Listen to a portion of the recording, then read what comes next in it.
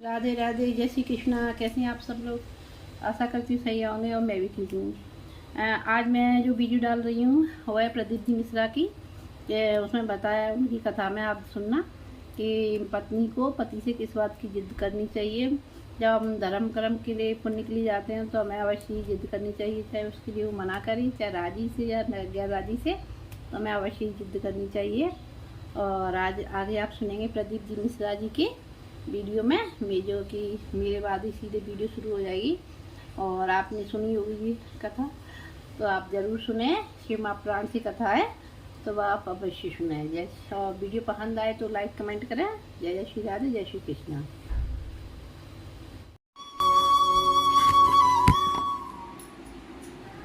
महाराज, और जब धन सम्मुख में जिसके लिए पूरी जिंदगी निकाल दी, भाई बंधु कुटुंब कबीला नाते रिश्ते सब जिसके साथ में विवाद कर कर कर निकाल दिया, वही धन किसी काम नहीं आया और आखिरी में पड़ा ही रहे, किसी काम का।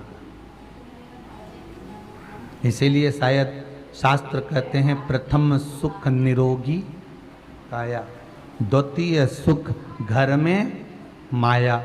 अर्थात ये दूसरा सुख है कि घर में धन हो, पर पहला सुख तो क्या है? जम के बोलो, निरोगी काया हो, अर्थात हमारा शरीर स्वस्थ हो।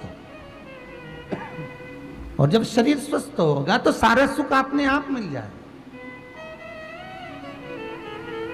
उस सुख को हम भोग सकते हैं, उस सुख में हम आनंदित हो सकते हैं। भीष्म पितामह के जितने भाई गंगा मैया ने पानी में डुबोकर मार दिए, केवल आखिरी के भीष्म पितामह को शांतनु बचा लेते हैं कि इसको मत मार। गंगा जी उसको छोड़ देती है, छोड़ा कि नहीं छोड़ा, और वो भीष्म पितामह, वो देवव्रत जीवित रहे।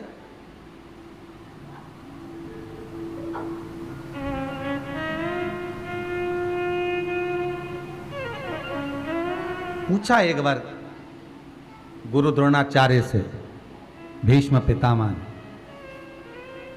एक बात मुझे जरूर बताइए गुरुदेव, कि आखिर कारण क्या था जो मैं आज भी बुजुर्ग होने के बाद पूरे हस्तिनापुर का सबसे सबसे वृद्ध सबसे बुजुर्ग व्यक्ति हूं और इतना रोता हूं, पर करूं क्या? अपने भाग्य को कोसता हूं।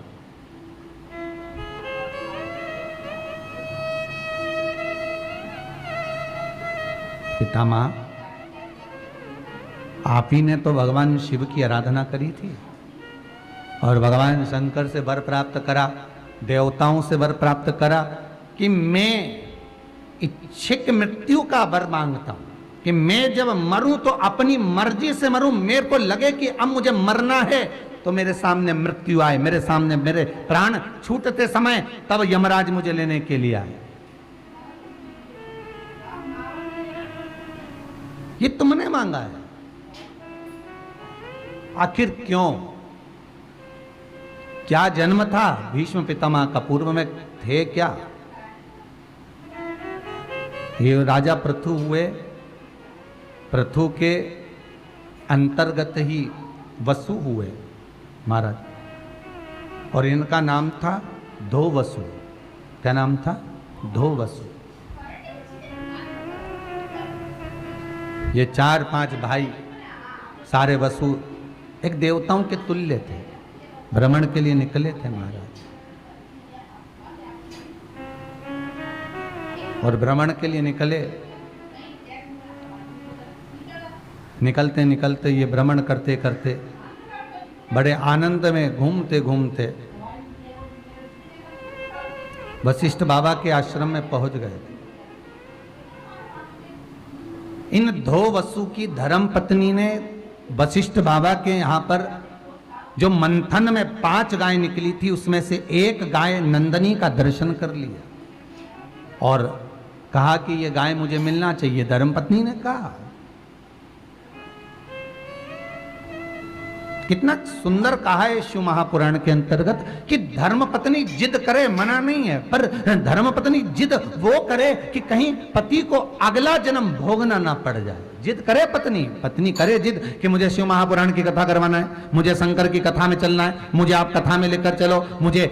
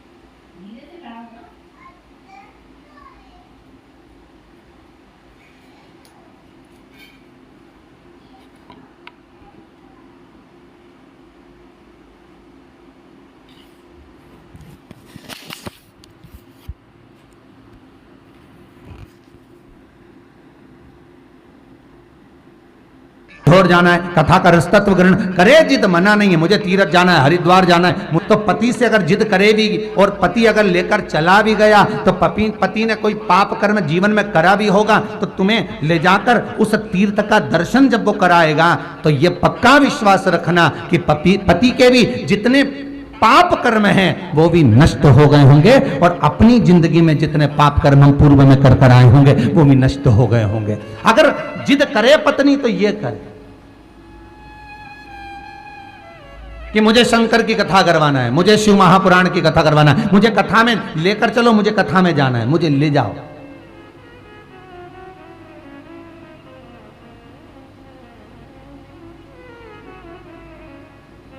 तो समझ लो पत्नी जिद करे, कुछ भी हो 3 तोला का हार चाहिए, पति बोले देख कभी यार लॉकडाउन के अंतर्गत देख इतना व्यापार अच्छा चला नहीं है और इतना व्यापार अगर अच्छा चलता तो मैं कुत्ते को दिलाने में क्या देख, तुमने ही तो कहा था करवा चौथ पे दिलाओगे, मुझे कोई मतलब नहीं, तुम 3 तोला का हार दो तो दो। देख फिर कर्जा होगा, ये होगा, और कर्जा में डूब गया बेचारा, पैसा भी लाया, सोना इतना महंगा लाया, हार दिलाया, कर्जे पे कर्जा चढ़ते गया चढ़ते गया चढ़ते गया, यहाँ से लाया वहाँ से लाया वहाँ, कमाने के लिए अब पैसा तो चुकाना है तो कमाना भी पड़ेगा, और कमाना पड़ेगा तो पैसे कमाने के लिए 1 रुपये की चीज़ 10-10 रुपये तक महंगी भी बेचना पड़ेगी। मतलब भले अभी तक बेचता था, थोड़ा बहुत ऊपर बेचता था, पर अब और ज़्यादा बेचने लगा तो दुकान भी ठप हो गई कि इतना महंगा सामान दे, इसकी दुकान पर तो अंदर जाना ही मत, तो वो भी चली गई। तो कितना करा उसने।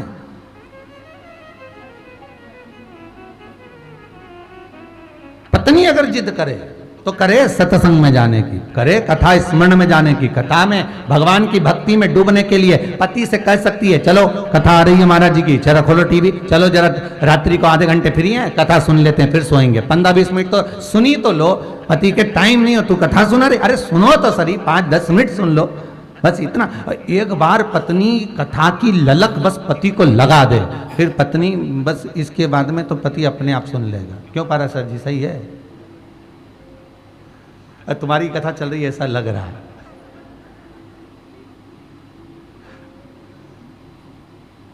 कभी तो भाभी ने बोला होगा ना पारा सर जी कि कथा थोड़ी तो सुनी लो, और मुझे तो ऐसा लगता है कि भाभी ही लेकर आए होंगे कि कथा करवाना है, चलना पड़ेगा, चलो। तो ये कथा का रसतत्व है, यही आनंद है हमारा। चलो कथा का रसतत्व ग्रहण करते, चलिए।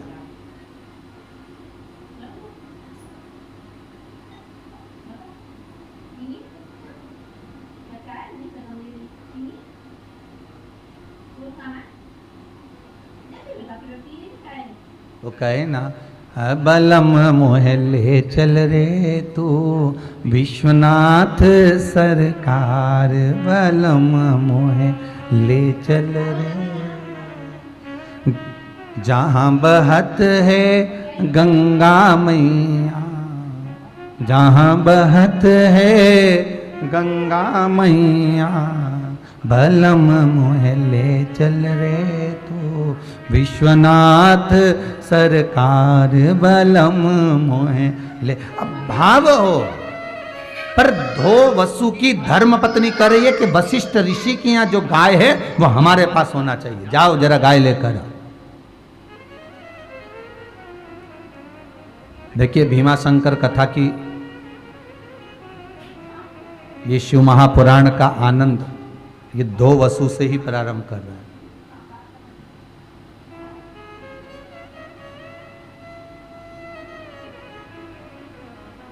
कर्म अच्छा करिए, भगवान को मिलन हो। इसलिए आपको कहा था सजन रे झूठ मत बोलो, प्रभु के पास जाना है, न हाथी है न घोड़ा है, वहां पैदल ही जाना। शंकर के साथ कैलाश जाओगे प्राण छूटते समय तो शंकर पैदल चलेंगे, तुम्हें नंदी पर बिठाएंगे। नरसिंह जी का चरित्र याद करना। और जब यमराज बंदी बनाकर लेकर जाएगा तो यमराज पाड़े पे बैठा रहेगा, तुम पूंछ से बंधे हुए जाओगे पैदल, और बोल भी नहीं पाओगे क्योंकि मुड़ के देखता भी नहीं है, वो तो सीधा ही चलता है। और जब जब मुड़ता है तो ठोकता अलग है, इसीलिए कोई बोलता ही नहीं है कि साहब पीछे पलट के देखो हमें कितना कष्ट हो रहा है। यमराज जब बंदी बना के ले जाता तो एकदम मुदगल मुदगल लेके पहाड़े पे बैठ के बढ़िया मोजा जूता सब पहन के जो चले यमराज। देखा यमराज को बढ़िया है, खूब जोरदार बेहतरीन ब्लैक ब्यूटी जोरदार, और मूछ मूछ पे ताव बेहतरीन काजल माजल लगा के और शानदार तरीके से फिर चला। और शास्त्र के गरुड़ पुराण कहती है जब जीवात्मा पीछे से चिल्लाती है, उसको जब कष्ट होता है, भूख लगती है, चिल्लाती है, अरे यमराज अरे कुछ तो दे दे, दया तो कर दे, अरे ओ थोड़ी बहुत तो दया कर दे। जैसे तुम लोग हम मंदिर के दरवाजे पर कहीं कहीं भीड़ रहती है ना, तो तुम पुलिस वालों से नहीं कहती, जो लगे रहते कार्यकर्ता, तेरे पाँव पड़ू थोड़ा सा दर्शन करा दे, तेरे हाथ जोड़ो, अरे नरक जाएगा दर्शन कराने में, तेरे काज जा रही है तो तुम सोचो कि बेचारे को बद्दुआ लग रही होगी, तो ऐसे ना जाने कितने आते। तो इसलिए जो मंदिर में जो खड़े रहते हैं ना द्वारपाल, वो दया नहीं खाते, वो कहते हो चलो भैया जाओ, आए हो दर्शन करने के, धक्का तो खाना ही पड़ेगा, क्योंकि जो भगवान के दरवाजे पर धक्का खा लेता है वो संसार के धक्के नहीं खाता। तो धक्का खा लो तो वो रहे। तो यमराज से जीवात्मा कितनी चिल्लाती है, अरे मैं तेरे पाँव पड़ूं, अरे भूख लग रही है, जीवात्मा कहे मेरे को ऐसा दे दे, अरे मेरे को ठंड लग रही, मेरे को गर्मी लग रही, मेरे पाँव में कांटे चुभ रहा है, क्योंकि जैसा जैसा कर्म करा है वो तो भोगना पड़ेगा। तो कांटे चुभ रहा है, ये हो रहा, तो यमराज जब पीछे एकदम मुड़ के देखता है तो गरुड़ पुराण कहती है 4-6 और धर के ठोकता है। तो तुम्हें हम तो समझा रहे हैं, अगर ऊपर जाओ और ऐसी कोई बात हो तो बोलना ही मत। देखो गुरु बिन ज्ञान न उपजे, गुरु बिन भक्ति ना मिले, गुरु बिन संशय ना मिटे, गुरु बिन मुक्ति ना मिले। तो निवेदन है, ध्यान रखना कि अगर मान लो तुम चले और यमराज तुम्हें, वैसे तो तुम शंकर जी की कथा सुन रहे हो तो यमराज की हिम्मत ही नहीं। सोचो जरा, है अकाल मृत्यु भो मरे, जो काम का क्या बिगाड़े, जो भक्त हो महा काल का। तो तुम ये तो था में कि यमराज जैसा पहाड़ा पे जाता है, जूता मोजा पहन के बढ़िया, और बढ़िया सब तैयार वैयार होके, और बाल भी उसके बड़े बड़े, दांत भयंकर, और आंखें भी बड़ी भयंकर, और गदा लेकर जब चलता है तो उनका पाड़ा भी नहीं मुड़ता ना वो मुड़ता। वो तो पीछे से जीवात्मा जब चिल्लाती है ना, तो पाड़े की पूंछ से बंधी रहती है और चिल्लाती है, खूब खूब चिल्लाती है, तब वो यमराज को पुकारती है, अरे दया कर दे। तब यमराज पीछे मुंडी करता और 2-4 दोच के फिर चल देता। तो कोई अगर तुमसे कहे तो उसको समझा देना कि देखो भैया सीधी सीधी बात है, इसलिए शंकर की कथा सुन लोगे तो शंकर भगवान पैदल चलेंगे, तुम नंदी पर बैठ कर चलोगे। और अगर कथा नहीं सुनी, भगवत भजन नहीं किया, ये मनुष्य देह प्राप्त करने के बाद नाम नहीं लिया, संकीर्तन नहीं करा, स्मरण नहीं करा, ये मानव देह प्राप्त करने के बाद केवल कर्म में डूबे रहे, तो फिर गए, फिर तो तेरा क्या होगा रे कालिया। बस याद कर, अंतिम बिंदु है फिर बस।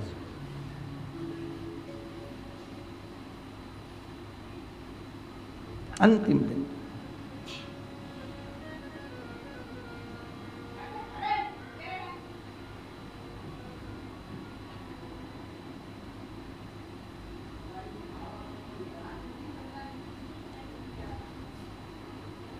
इसलिए इस चित्त वृत्ति को, इस मन को भगवान की भक्ति में डुबा कर चलना। 2 वसु से धर्म पत्नी कह रही है, मुझे ये वशिष्ठ बाबा के पास में जो गाय है वो गाय ला कर दे दी।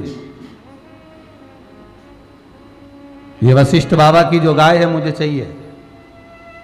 अब 2 वसु ने कहा देखो ये गुरु के यहाँ की गाय है और इस गाय को अगर हम लेकर आएंगे तो हमको कष्ट तो भोगना पड़ेगा। धर्म पत्नी कह रही है, मैंने आपसे जिंदगी में कुछ नहीं मांगा, पर यह गाय एक ऐसी है जो अपने आप दूध झड़ा देती है, जो मांगो वो दे देती है। ये गाय ऐसी है।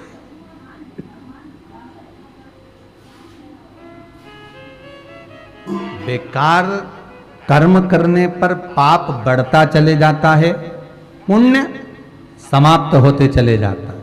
अच्छा कर्म करने पर पुण्य बढ़ता चले जाता है, पाप समाप्त होते चला जाता है।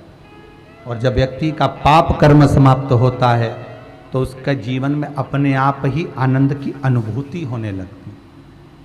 शिव महापुराण सुनकर मिलता क्या है? हम कहते हैं ऐसा कोई सुख नहीं जो वंचित रह गया, इसमें सारे सुख हैं शिव पुराण। ये आज पत्र आए हैं, देखिए।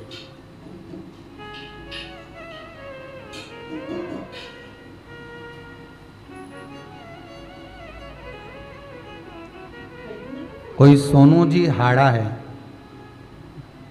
गुरुजी मेरे पति की तबीयत खराब होने की वजह से उनकी गोली दवाई चल रही थी, पर आपके अधिक मास में बताए गए उपाय से उसकी दवाई छूट गई है। बिना दवाई जो रह नहीं पा रहे थे, आज वो बिना दवाई के रह रहे हैं।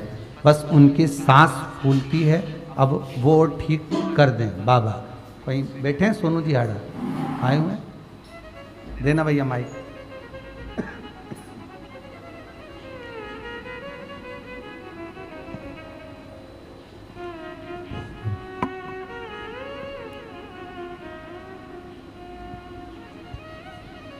कहाँ से आए आप? इंदौर से। इंदौर में कहाँ रह रहे हैं?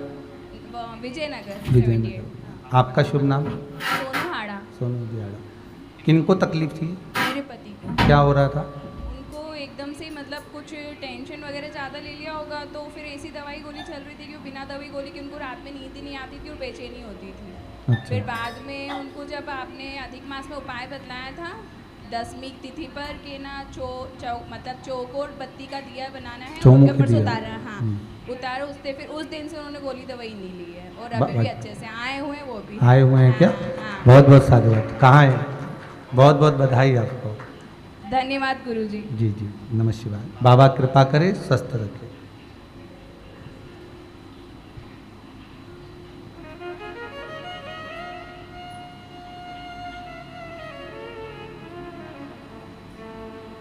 ये बाबा की कृपा है, आपका विश्वास। एक और पत्र है, बाबा की कृपा से मेरे बेटे ने पशुपति नाथ के व्रत किए, जिससे उसका बिजनेस चालू हो गया। पुरानी गाड़ी से शुरू किया है, कृपा बनाए कि नई गाड़ी आ जाए। बाबा देगा वो तो बाबा के हाथ में। श्याम जी वर्मा, आप भी इंदौर से आए, बैठे हैं क्या यहाँ पर? श्याम जी वर्मा बैठे हैं। कहाँ से? इंदौर से आप? देव जरा माइक देव जरा।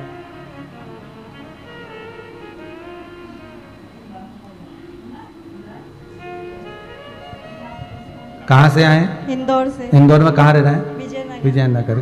क्या नाम है आपका? लक्ष्मी वर्मा। लक्ष्मी वर्मा। क्या तकलीफ चल रही थी जो आपने पशुपतिनाथ का व्रत किया? मैंने नहीं किए गुरुजी, मेरे बेटे ने किए हैं। बहुत विश्वास से किया उसने पशुपति व्रत अपने बिजनेस को आगे बढ़ाने के लिए। अभी उसकी उम्र मात्र 20 वर्ष है जी। अब चल रहा है, चालू करा? हाँ चल रहा है, बाबा की तीसरा कृपा में। महीना है, चल रहा है। अच्छा अच्छा, बहुत बढ़िया, बाबा कृपा करे। हर हर महादेव। एक और बड़ी खुशी की बात है, सीए का रिजल्ट आया है और इतनी खुशी की बात कहूं मैं आपको, इतने मैसेज हैं मोबाइल में कि जिन जिन ने उपाय कर कर सीए का एग्जाम दिया सब के रिजल्ट अच्छे आए, बाबा की कृपा है। इतने खुश हैं बच्चे, इतने खुश हैं कि उन बच्चों की खुशियों के लिए मैं धन्यवाद दूंगा और बहुत बहुत साधुवाद दूंगा कि बेटा आपने पढ़ाई के साथ में शंकर पर विश्वास करा और बाबा ने आपका साथ दिया और रिजल्ट आपका अच्छा बनाया। ऐसा कोई दुख नहीं, ऐसी कोई तकलीफ नहीं जिसका निवारण ना हो सके। बस विश्वास पूर्ण रखोगे तो शंकर सामने, शिव सामने। आप विश्वास रखिए। बाबा का एक आज कोई आए थे, वो उनके जीजा जी की तबीयत गड़बड़ थी, स्वास्थ्य ज्यादा खराब था, आए हुए हैं। तो वो कह रहे थे गुरुजी हमारे जीजा जी को कैंसर हो गया था, वो कैंसर में हमने त्रिजुगी नारायण का पानी पिलाया, उसके आराम है? त्रिजुगी नारायण के पानी से आराम है कि नहीं है? माइक देना जरा।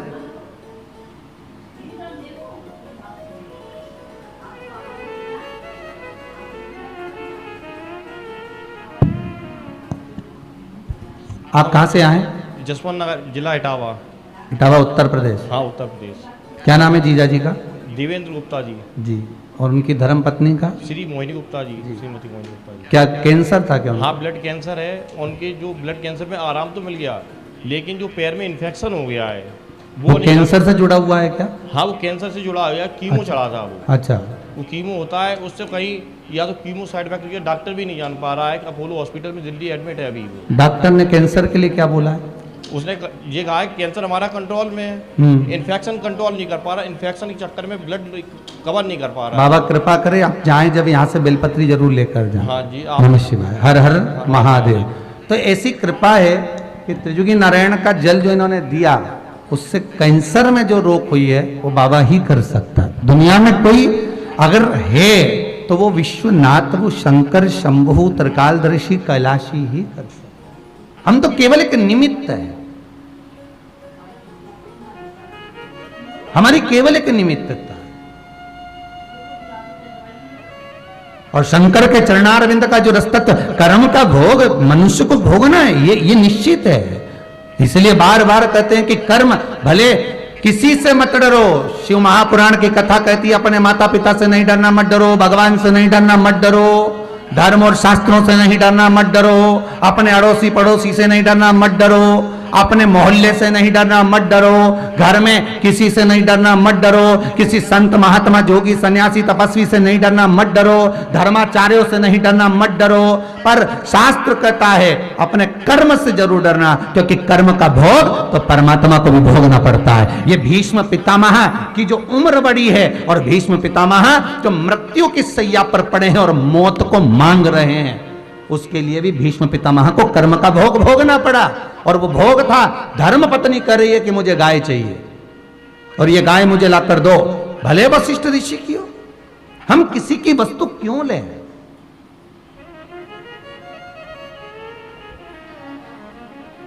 शंकर के दरवाजे पर, शंकर के मंदिर में, शंकर के द्वार में, शंकर की कथा में, शंकर के चौखट पर, शंकर के मंदिर तीर्थ में भी अगर एक पड़ा हुआ किसी का मोबाइल भी मिल जाए, पड़ा हुआ भले वो 5,000 का, 10,000 का, 50,000 का हो, भले किसी का पड़ा हुआ एक अंश भी मिल जाए, तो उसको ले जाकर वापिस या तो किसी संस्था वाले को, समिति वालों को या किसी मंदिर को उसको कहना चाहिए कि ये सामान मिला है, आप लिखो नाम और ये हमको प्राप्त हुआ, अनाउंस करवा कि ये सामान मिला, लेकर जाइए। क्यों? हम भले वो 5,000, 10,000, 15,000, 20,000 का सामान लेकर चले जाएंगे, एक मोबाइल हम लेकर चले भी गए, एक रकम हम लेकर चले भी गए, एक वस्तु हम लेकर भी चले गए, पर मानना जिस तारीख को तुम्हें वो सामान मिला है उसी तारीख तक इंतजार करना कि तुम्हें धूल नहीं चटा दे तो पक्का है। क्योंकि शंकर के दरवाजे का एक एक कंकर शंकर है, तो उसके दरवाजे पर अगर पड़ा हुआ कोई वस्तु मिली है और किसी की चोरी हुई वस्तु, किसी का पड़ा हुआ सामान, हम उसी को दे दें। क्योंकि हमें शंकर की कृपा चाहिए, वस्तु नहीं, हमें सामान नहीं। हमें शंकर की अगर कृपा हो जाएगी तो ऐसे 5, 10 हजार, 50 हजार के मोबाइल तो ढेर पड़े मिलेंगे तुम्हारे दरवाजे पर। उसकी कृपा चाहिए, वस्तु नहीं।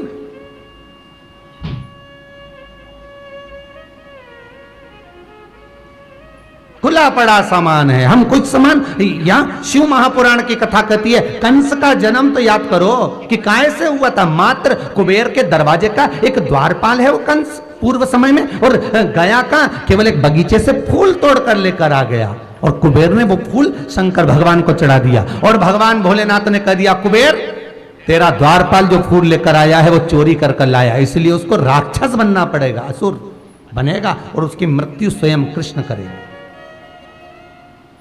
क्योंकि वो तेरे दरवाजे का द्वारपाल है और उसने गलती करी है। हम अगर किसी के बगीचे का फूल भी तोड़ रहे हैं तो उससे कहकर तोड़ो, हमें फूल चाहिए, हम ले सकते हैं क्या? हमें सामग्री चाहिए, हम उठा सकते हैं क्या? बोल कर लो। अगर वो मना कर दे तो नहीं लेना, पर चोरी नहीं करनी, उस पर विश्वास करना। किसी का वस्तु, किसी का सामान मिल भी गया, वापिस देना, जिससे हमको ऐसे हमारे पास में 50 पड़े रहे। हमें करना क्या? बाबा दे हमको, ढेरों में दे, संपदावान बना, आनंदवान।